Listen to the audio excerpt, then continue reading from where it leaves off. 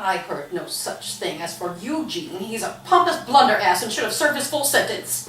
Why in God's name are you conversing with that malicious criminal in the first place? He's hardly a criminal, Genevieve. The man has been a presidential candidate several times in recent years, and his only assumed crime is that of speaking out against that damn European war we just fought. He's been a good friend for many years, and I won't allow you bullying me about him. Do you understand? Now get a hold of yourself and let's calmly discuss this matter at a later time. All lies. I refuse to be anything you say anymore. When are you going to stop your filthy lies? I know exactly what your motivations were for going to New York, and don't contradict me when I say it was selfishly convenient of you in hiring that young hussy, making it considerably difficult for me to release her from her station. That's not true, and if you'll allow me to explain my intentions... You needn't explain anything further, for your actions speak loudly.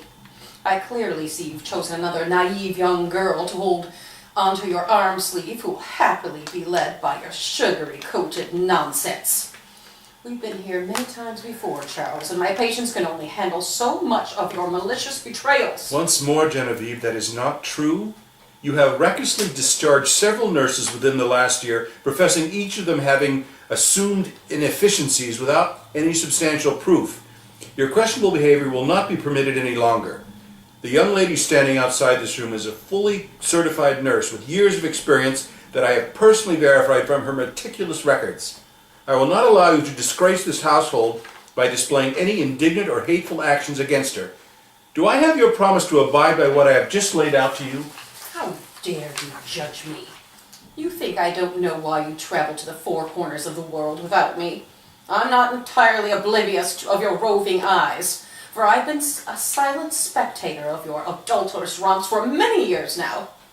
I will not allow you to humiliate me any more, Charles, by parading your prissily skirted tulips underneath my nose. Do you hear me, Charles? Yes, I do, and I also realize we're not getting anywhere with this discussion. We've covered this ground many times before. I suggest you return to your room and allow me to show our new guest her accommodations. It is late and we are understandably tired after our long journey. Now please listen to reason and introduce yourself to your new nurse.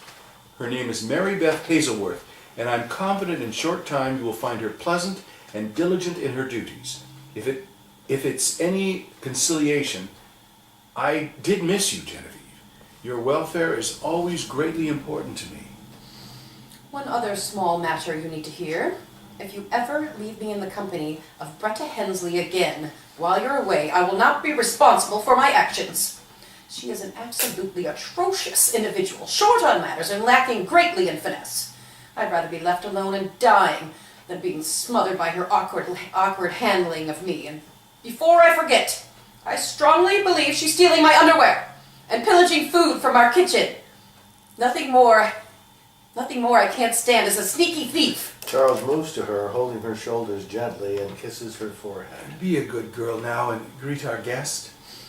I'll let you know in a few days whether she meets my standards. I'm sure you will. As Genevieve turns to exit, Mary Beth hurriedly returns to the luggage. Genevieve opens the imaginary sliding doors and moves toward her. Hello, I'm Genevive Stickney, and how was your trip? She stretches out her hand to Mary Beth.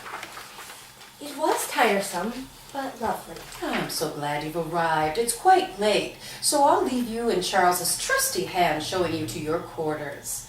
I look forward to the morning when we can begin to get to know each other.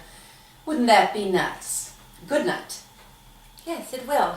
Good night. Genevieve enters the imaginary elevator and exits as Charles moves to Mary Beth. Is she always like that? As I've already lengthily explained to you on the train, unfortunately, yes. Mary Beth embraces Charles to his surprise. In the coming days, I'll need your support. Yes, my dear, you needn't worry. I'll always be here for you.